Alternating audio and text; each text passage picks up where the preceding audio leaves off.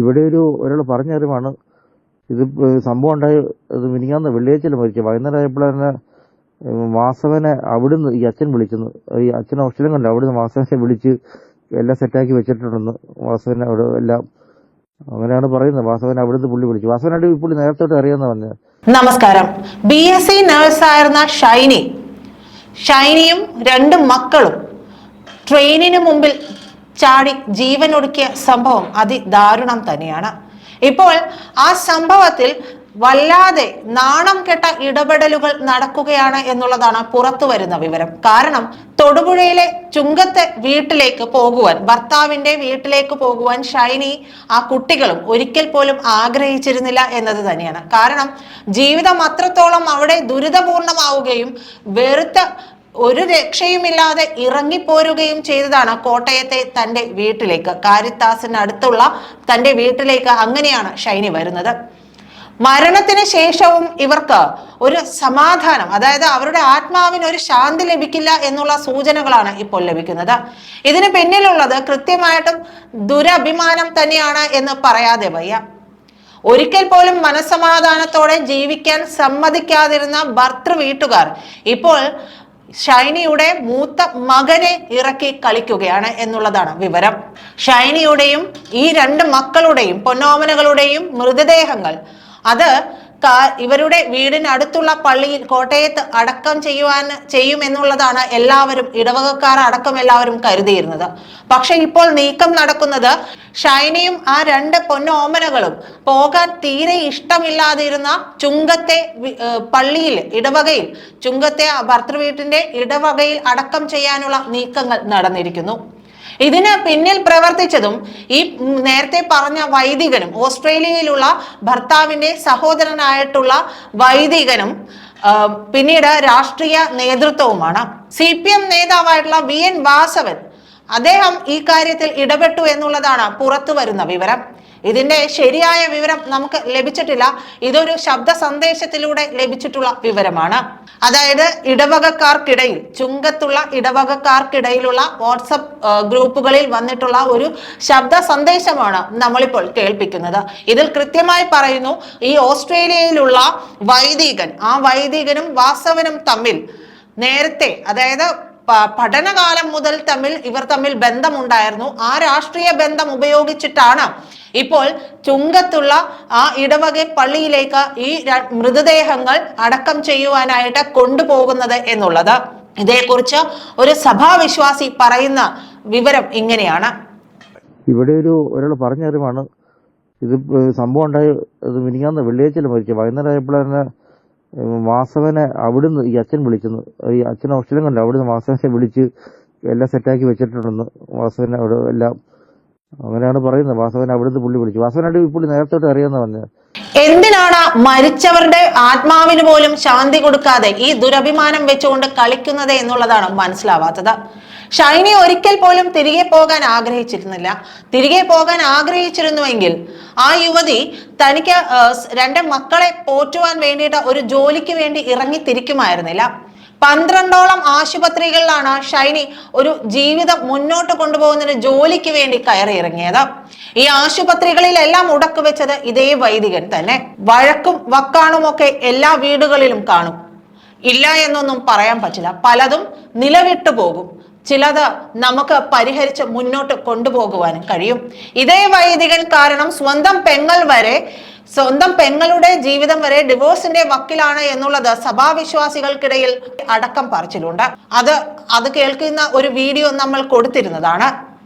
ഇപ്പോൾ ഈ വൈദികൻ തന്നെയാണ് VN വാസവൻ വഴി ഇടപെട്ട് വൈദികർക്കിടയിൽ ഈ ഒരു സമ്മർദ്ദം ചെലുത്തി ഇത്തരത്തിൽ ചുങ്കത്തെ ഇടവകയിൽ സംസ്കരിക്കാനുള്ള കാര്യങ്ങൾ ചെയ്തിട്ടുള്ളത്. മറ്റൊരു കാര്യം, അതായത് മകനെ ഇറക്കി ഇവർ കളിച്ചു, ഭർത്തൃ വീട്ടുകാർ കളിച്ചു എന്ന് പറയുന്ന കാര്യം എന്താണെന്ന് വെച്ചിട്ടുണ്ടെങ്കിൽ, ഭർത്താവിന്റെ ഇടവകയിൽ നിന്ന് മാറ്റി സംസ്കരിക്കണമെങ്കിൽ ഇവർ തമ്മിലുള്ള ഡിവോഴ്സ് നടന്നിരിക്കണം. ഡിവോഴ്സ് നടന്നിട്ടില്ല എന്നുള്ള നിയമസാധുത മാത്രം മുന്നിൽ നിർത്തിയാണ് മകനെ ഇറക്കി ഇവർ ദുരഭിമാനം കാത്തു സൂക്ഷിക്കാൻ വേണ്ടി കളിക്കുന്ന കളി. അതായത് സ്വന്തം ഭർത്താവിന്റെ വീട്ടിൽ നിന്ന് നിവൃത്തിയില്ലാതെ സഹിക്കവയ്യാതെ ഇറങ്ങിപ്പോന്നു ഈ രണ്ട് മക്കളുമായിട്ട്.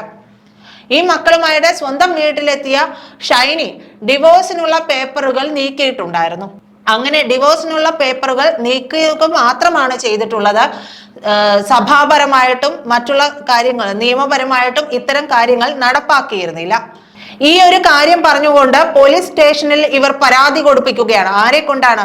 ഷൈനിയുടെ മകനെ കൊണ്ട് ഇവർ പരാതി കൊടുപ്പിക്കുകയാണ്. നമുക്കൊരിക്കലും ആ കുഞ്ഞു മകനെ പറയാൻ പറ്റില്ല. കാരണം അവൻ ആശ്രിതനാണ്. കാരണം അവൻ ഒറ്റയ്ക്ക് നിൽക്കാനായിട്ടില്ല. പഠിച്ചുകൊണ്ടിരിക്കുന്ന ഒരു കുട്ടിയാണ്, ചെറിയ കുട്ടിയാണ്. ആ കുട്ടിക്ക് ഒരിക്കലും സ്വന്തം ജീവിതം മുന്നോട്ട് തനിച്ചു കൊണ്ടുപോകാനായിട്ടില്ല. അതുകൊണ്ട് അവന് അച്ഛനെയും അച്ഛന്റെ വീട്ടുകാരെയും അനുസരിക്കാതിരിക്കാൻ പറ്റില്ല. അങ്ങനെ നിവൃത്തികേട് കൊണ്ട് ഒരുപക്ഷെ ആ കുട്ടി അത്തരത്തിലൊരു പരാതിയുമായി മുന്നോട്ട് പോയതായിരിക്കാം. ഇവർ പറഞ്ഞതനുസരിച്ച് തന്നെ മുന്നോട്ട് പോയതായിരിക്കാം. അപ്പോൾ അത്തരത്തിൽ ആ കുട്ടിയെ വെച്ച് ഇപ്പോൾ ഇറക്കി കളിക്കുകയാണ് ഈ ഭർതൃ വീട്ടുകാർ ചെയ്യുന്നത്.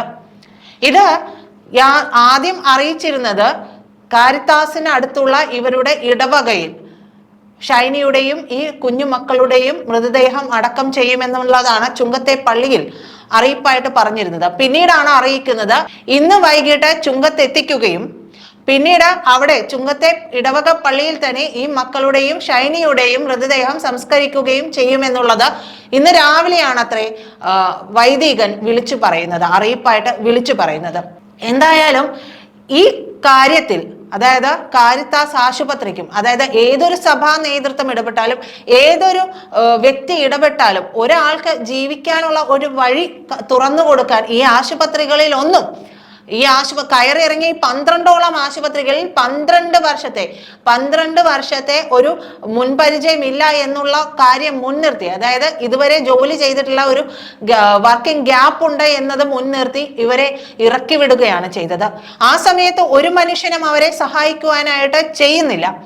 ഈ നിരന്തരമായിട്ട് ഈ വൈദികൻ പല സ്ഥലങ്ങളിലും ഇടപെട്ട ഇവർക്ക് ഒരു ജോലിക്കുള്ള വക കൂടി ഇല്ലാതെയാക്കി. അതായത് അവരെ തീർത്തും മരണത്തിന്റെ വക്കിലേക്ക് ഈ വൈദികൻ കൊണ്ടുചെന്ന് എത്തിച്ചു എന്നുള്ളതാണ്. ഒരു വൈദികനായിരിക്കെ ഇതൊക്കെ ചെയ്യുന്നത് ശരിയോ എന്നുള്ള ചോദ്യം അത് സമൂഹം തന്നെ ചോദിക്കേണ്ടതാണ്. എന്തായാലും ഇതേക്കുറിച്ച് എങ്ങനെയാണ് ഇവരുടെ മൃതദേഹം അടക്കം ചെയ്യുന്നത്, ചുങ്കത്തെ ഇടവകയിലേക്ക് എത്തിയത് എന്നത് സംബന്ധിച്ച് ഒരു വിശ്വാസി അറിഞ്ഞ കാര്യമുണ്ട്. അതിന്റെ ഓഡിയോ നിങ്ങൾ കേൾക്കുക. ഇന്നലെ ഞങ്ങളുടെ ഇടവപ്പള്ളിയിൽ വികാരി അച്ഛൻ വിളിച്ചു പറഞ്ഞത് മൃതദേഹ സംസ്കാര ശുശ്രൂഷകൾ നാളെ തിങ്കളാഴ്ച കാരിത്താസ് ഇടവപ്പള്ളിയിൽ നടത്തുമെന്നാണ് ഇന്നലെ രാവിലെ അച്ഛൻ പള്ളി വിളിച്ചു പറഞ്ഞത്. അതിനുശേഷം ഇന്ന് രാവിലെ പള്ളിയിൽ ചെന്നപ്പോൾ അച്ഛൻ അറിയിപ്പിന്റെ സമയത്ത് പറഞ്ഞു മൃതദേഹം നാളെ രാവിലെ 9 മണിക്ക് 101 കവലയിലുള്ള അവരുടെ വീട്ടിൽ കൊണ്ടുവരികയും അതിനുശേഷം മൃതദേഹങ്ങൾ തൊടുപുഴയ്ക്ക് കൊണ്ടുവന്ന് അവരുടെ സ്വവസതിയിൽ വെച്ച ശേഷം 3 മണിയോടുകൂടി വീട്ടിലെ പ്രാർത്ഥന ആരംഭിച്ച് ചുങ്കമ്പള്ളിയിൽ അടക്കുമെന്ന് അച്ഛൻ പറഞ്ഞു. അപ്പൊ ഞാൻ അച്ഛൻ്റെ അടുത്ത് പോയി ചോദിച്ചു, അതെന്താ അച്ഛൻ അവിടെയാണല്ലോ അടക്കണേന്ന് പറഞ്ഞു. അപ്പൊ അച്ഛൻ പറഞ്ഞു അത് അവിടെ ഭയങ്കര സമ്മർദ്ദം ഉള്ളതിന്റെ പേരിലാണ് ഇവിടെ അടക്കണേന്ന് അച്ഛൻ പറഞ്ഞു. അതിനുശേഷം എനിക്ക് അറിയാൻ കഴിഞ്ഞത് ഈ മരിച്ച ഷൈനയുടെയും കുഞ്ഞുങ്ങളുടെയും ഭർത്താവും വീട്ടുകാരൊക്കെ കൂടി അവിടെ പോയി ബഹളം വെച്ചു. മൂത്ത മകനെ കൂട്ടിക്കൊണ്ട് പോലീസ് സ്റ്റേഷനിൽ പോയി പരാതി കൊടുപ്പിച്ചെന്നാ പറഞ്ഞ് എന്റെ അമ്മയും എന്റെ സഹോദരിമാരെയും ഞങ്ങളുടെ ഇടവപ്പള്ളിയിൽ അടക്കണം എന്നൊന്നും പറഞ്ഞിട്ട് മൂത്ത മകനെ കൊണ്ട് ഈ ഷൈനയുടെ മകനെ കൊണ്ട് പരാതി കൊടുപ്പിച്ചെന്നാണ് കേൾക്കാൻ കഴിഞ്ഞത്. അങ്ങനെ പരാതി കൊടുത്ത് ആ പരാതിയുടെ കോപ്പി കൊണ്ട് കാരിത്താസ് അച്ഛന്റെ കൊണ്ട് കൊടുത്തപ്പോൾ നിയമാനുസരണം കെട്ടിച്ചുവിട്ട പെണ്ണായതിന്റെ പേരിൽ അവളെ തൊടുപുഴയിലുള്ള ചുങ്കമ്പള്ളിയിലാണ് അടക്കേണ്ടത്. അപ്പോൾ ആ കാരിത്താസിലെ അച്ഛൻ കൈയൊഴിഞ്ഞു. കാരിത്താസിലെ അച്ഛൻ ചുങ്കമ്പള്ളി വികാരിയോട് വിളിച്ചു ചോദിച്ചപ്പോൾ ചുങ്കമ്പള്ളി വികാരി അച്ഛനും കാരിത്താസിലെ അച്ഛനും ഈ വീട്ടുകാരെ വിളിച്ച് 2 കൂട്ടരെയും വിളിച്ച് സംസാരിച്ച് ഇവിടെ അടക്കാക്കാമെന്നാണ് തീരുമാനിച്ചതെന്ന് പറഞ്ഞു.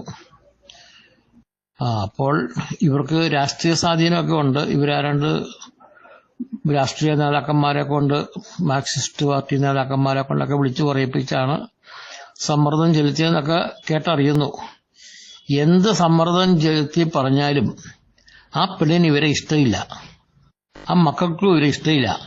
പിന്നെ ഇവർ മരിച്ചതിന് ശേഷം എന്ത് പ്രകസനം കാണിച്ചിട്ട് എന്താണ് പ്രയോജനം? ജീവിച്ചിരുന്ന സമയത്ത് ആ പെണ്ണിന് സമാധാനവും സ്നേഹവും കൊടുത്തിട്ടില്ല. ഇപ്പം മരിച്ചു കഴിഞ്ഞപ്പോൾ ഇവര് ഇവിടെ ചുങ്കത്തിൽ കൊണ്ട് അടയ്ക്കുന്നു കരുതി ഞങ്ങൾ ചുങ്കകടവക്കാരും സന്തോഷിക്കുന്നില്ല. ഞങ്ങൾ ചുങ്കകടവക്കാരും ഇവരെ വീട്ടിലേക്ക് പോകുന്നില്ല. ഞങ്ങൾ പള്ളിയിൽ വരും. പള്ളിയിൽ വന്ന് മൃതദേഹം കണ്ട് ഞങ്ങൾ അവർക്ക് വേണ്ടി പ്രാർത്ഥിക്കും. അത്രയേ ഉള്ളൂ.